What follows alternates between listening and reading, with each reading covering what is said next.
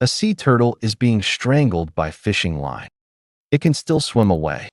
Instead, it turns toward the diver. It slows down, rolls slightly onto its side, brings a mouth powerful enough to crush a shell within inches of a human hand. The internet already knows what this means. It is asking for help. It understands. That explanation feels beautiful. It may also be wrong. A wild animal's brain did not evolve to recognize kindness. It evolved to survive distance, speed, pain, and uncertainty.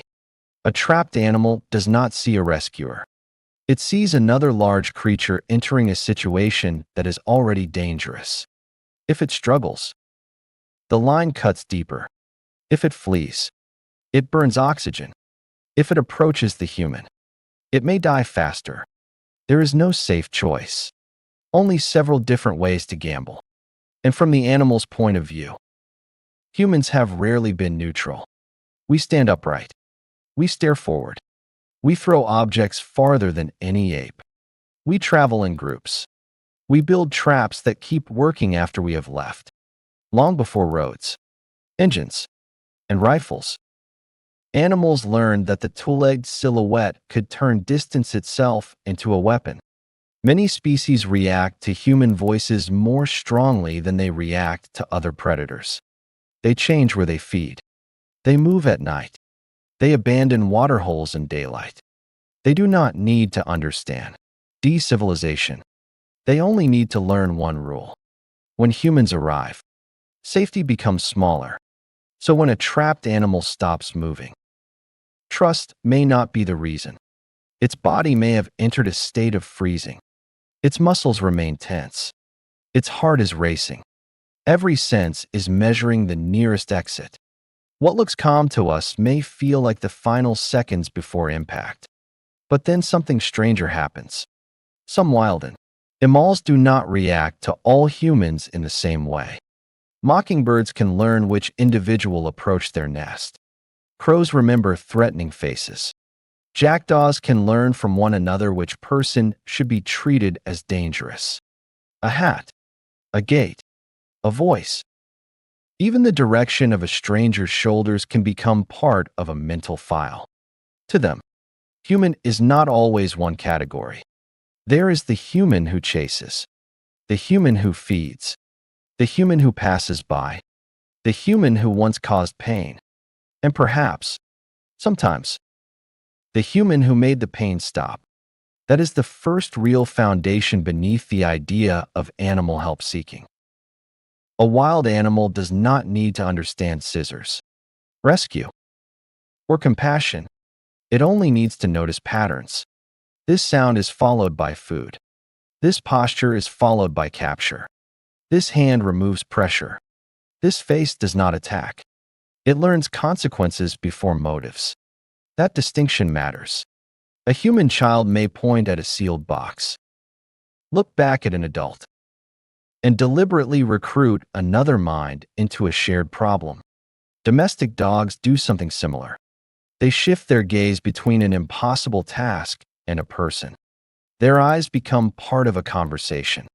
Dogs have spent thousands of years learning to treat humans as partners. Wild animals have not. For them, approaching us may not mean, "Please save me." It may mean, "Every other option has failed." That is what makes these rescue videos so unsettling. A whale, a deer, a bird, or a turtle may override one of the oldest instincts in its body. Move away from the human. It exposes itself. It waits. It allows hands to come close. We want to call that trust, but it may be something darker. It may be desperation precise enough to look like faith. The animal is not choosing humanity. It is choosing between two threats. And in that moment, it is betting that this particular human is different from the hooks, engines, fences, headlights, nets, and gunshots that came before. Maybe that is why we find these scenes so powerful. We are not only asking whether animals can recognize help, we are asking whether, somewhere inside their long memory of fear, Our species can still become the exception. A wild animal may forget your kindness. It may remember the sound of your shoes. Imagine a bird watching from a branch. You take one step toward its nest. It does not study your morality. It studies your body. Your shoulders point toward chicks. Risk rises. Your eyes lock onto the nest. Risk rises again. You slow down. Lift one arm. Reach into your pocket. To you, these are meaningless gestures. To the bird, they are data. Wild animals survive by reading fragments. A glance, a shadow, the rhythm of footsteps, the angle of a torso, a smell carried by the wind. They do not need a full explanation. They only need enough information to decide when to flee. And fleeing is expensive. Re-escape burns energy. Every false alarm steals time from feeding, mating, and guarding young. But one missed threat can end a life. So evolution forces animals into a brutal calculation. Be afraid too often, and you starve. Be afraid too late, and you die. That is why many species become surprisingly precise. Some urban birds tolerate pedestrians, but flee from anyone who looks directly at them. Some mammals ignore hikers on established trails, but panic when a person leaves the path. Crows can distinguish between harmless and eating individuals. Jackdaws can learn danger from the alarm calls of others. Fear can spread socially.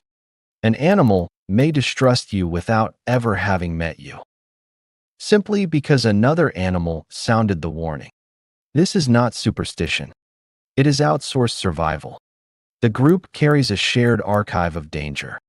But that same flexibility can produce cooperation. In parts of Africa, wild greater honey guides lead human honey hunters to beehives. The bird calls. The people follow. The humans use smoke and tools to open the hive. They take the honey. The bird feeds on wax and larvae left behind. Even more remarkable, the birds respond differently to different human calls. Local honey hunters use distinct vocal signals.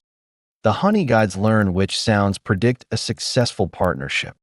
The bird does not merely understand that humans are nearby. It is evaluating whether this particular human knows the rules. That looks astonishingly close to mutual understanding. But we should be careful. The honey guide does not need to know that the hunter feels gratitude. It does not need to imagine human intention. It only needs to recognize a reliable chain of events. Signal. Follow. Hive open. Food appears. This is the hidden architecture beneath many encounters between wild animals and people. We think in motives. They often learn in outcomes. You reach toward a trapped fox because you feel compassion. The fox sees the speed of your hand. You speak softly because you want to reassure it. The animal hears an unfamiliar vocal pattern. You believe you are communicating kindness. It may only be updating the probability of pain. And yet, sometimes, that is enough. If an animal has learned that certain humans reduce danger, it may hesitate before fleeing. It may tolerate closer contact. It may even approach. But this still does not mean it understands help in the human sense. It may understand something narrower and more practical. This individual changes bad situations. This movement loosens pressure.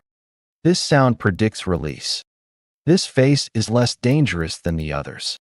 That is not a small achievement. It is a form of intelligence shaped by a world where misunderstanding can be fatal. The mistake begins when we demand more from it. We want the animal to recognize our heart. We want it to know that we chose mercy. We want the encounter to become a moral exchange. But nature does not owe us that translation. The animal may never understand why we helped. It may only understand that, for one brief moment, the threat moved backward, and then it turns its head. It looks at us. We see gratitude. But what exactly did it see? A rescued seal swims several yards away. Then it turns around. The comments arrive instantly. It came back to say thank you. The story feels complete. A suffering animal meets a good human. The human helps. The animal understands. One backward glance becomes a signature at the bottom of a moral contract. We love that ending because it reassures us. Our kindness was not wasted. The wild saw us. The wild forgave us. But a backward glance is not a thank you note. After an animal is freed, its body does not return to normal in an instant.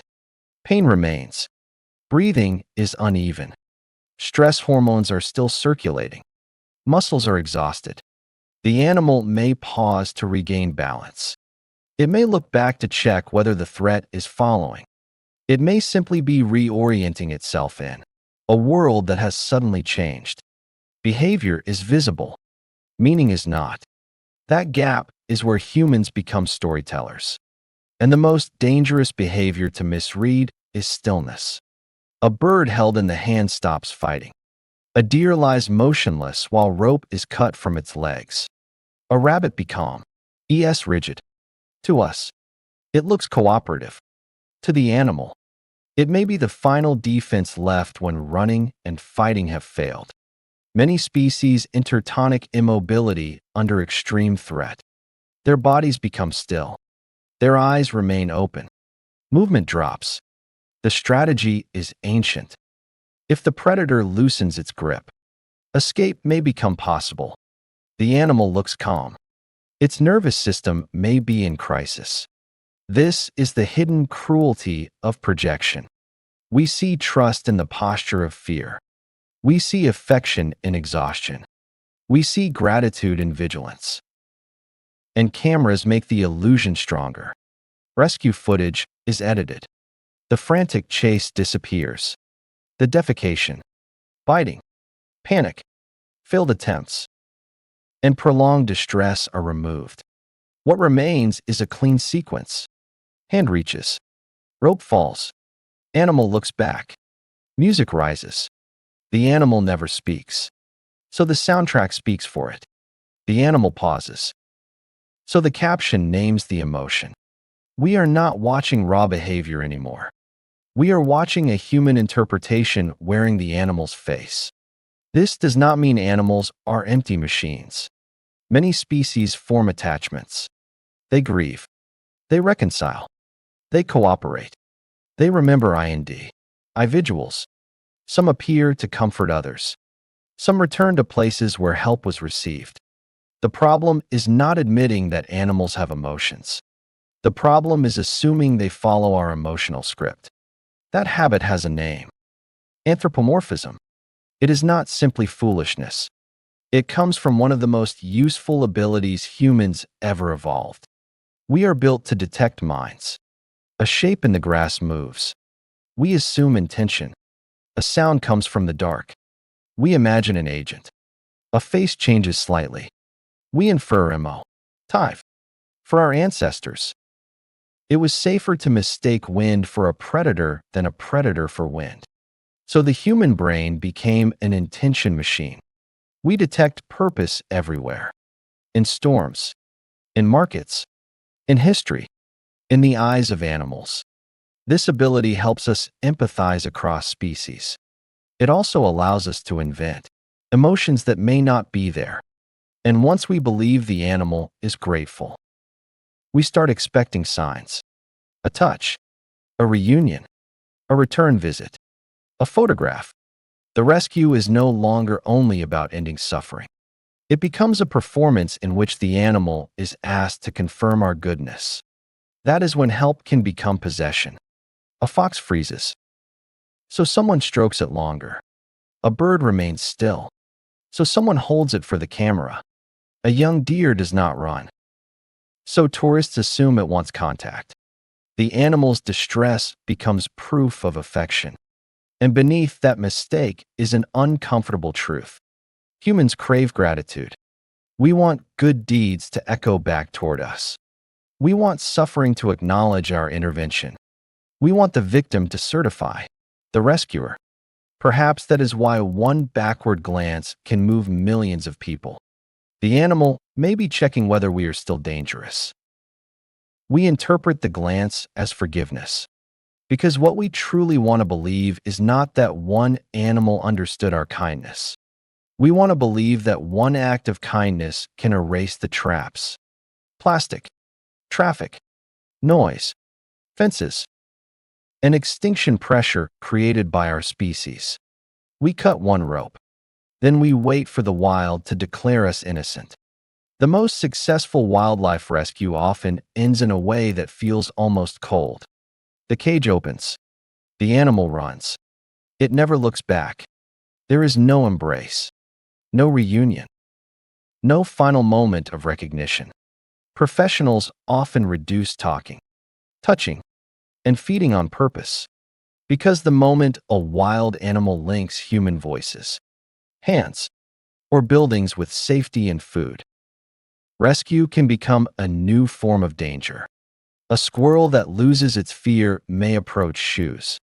A bear that learns to find food near campsites may return to tents and vehicles. A deer that treats roads as safe ground may step into traffic. At first, approaching humans produces a reward. Later, the same behavior produces injury, conflict, capture, or death. The animal did not become bad. It followed the lesson we taught it. This is the hidden cost of feeding wildlife. You offer one piece of bread. It takes seconds, but the animal receives more than calories. It learns a rule: move toward humans, and food appears. Repeat that lesson often enough, and distance collapses. Young animals may copy adults. Bolder individuals may outcompete cautious ones.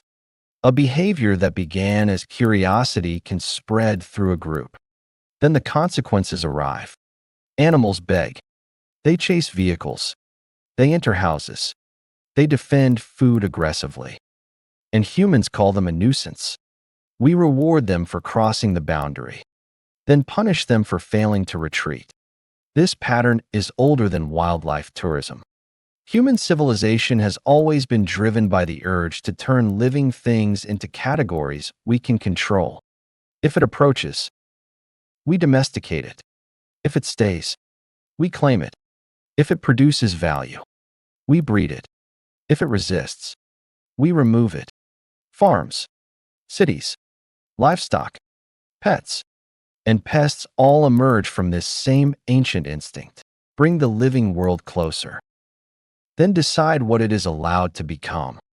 Wild animals confront us with a more difficult form of morality: help without ownership, care without intimacy, intervention without a claim on the future. And the effects of our presence can go deeper than a single animal. Cities, roads, artificial light, garbage, and tourists become evolutionary pressures. Animals that tolerate humans may gain food, but face greater risk. Animals that avoid us may lose habitat. Over time, human environments can favor certain temperaments, movement patterns, and feeding strategies. We imagine ourselves as observers of nature, but nature is already adapting around our noise. This is why professional rescue can look restrained. First, determine whether intervention is truly needed. A fledgling on the ground may still be fed by its parents. A young mammal alone may not be abandoned. A mother may be watching from cover, waiting for people to leave. When rescue is necessary, contact is minimized, vision is blocked, noise is reduced, handling is kept short. Treatment, rehabilitation, and release are designed as one continuous process. Keeping the heart beating is only the beginning. The animal must still know how to find food, avoid predators, navigate, migrate, fear roads, fear humans. A release is not successful because the animal runs out of a cage. It is successful if the animal remains wild enough to stay alive after the cameras leave. That standard is less emotional.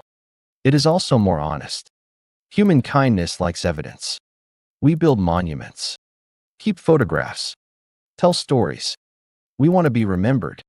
The wild follows another ethic.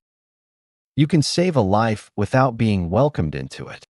You can reduce suffering without becoming part of the animal's social world. You can help without receiving affection as payment. Perhaps wild animals can sometimes tell that a specific human is reducing pain, opening an escape route, or choosing not to attack. They may not understand goodness. They may understand something more immediate. The danger is moving away. And perhaps the deepest test of human compassion is not whether we can make wild animals trust us. It is whether, after we have reached out to help, we are capable of pulling our hand back.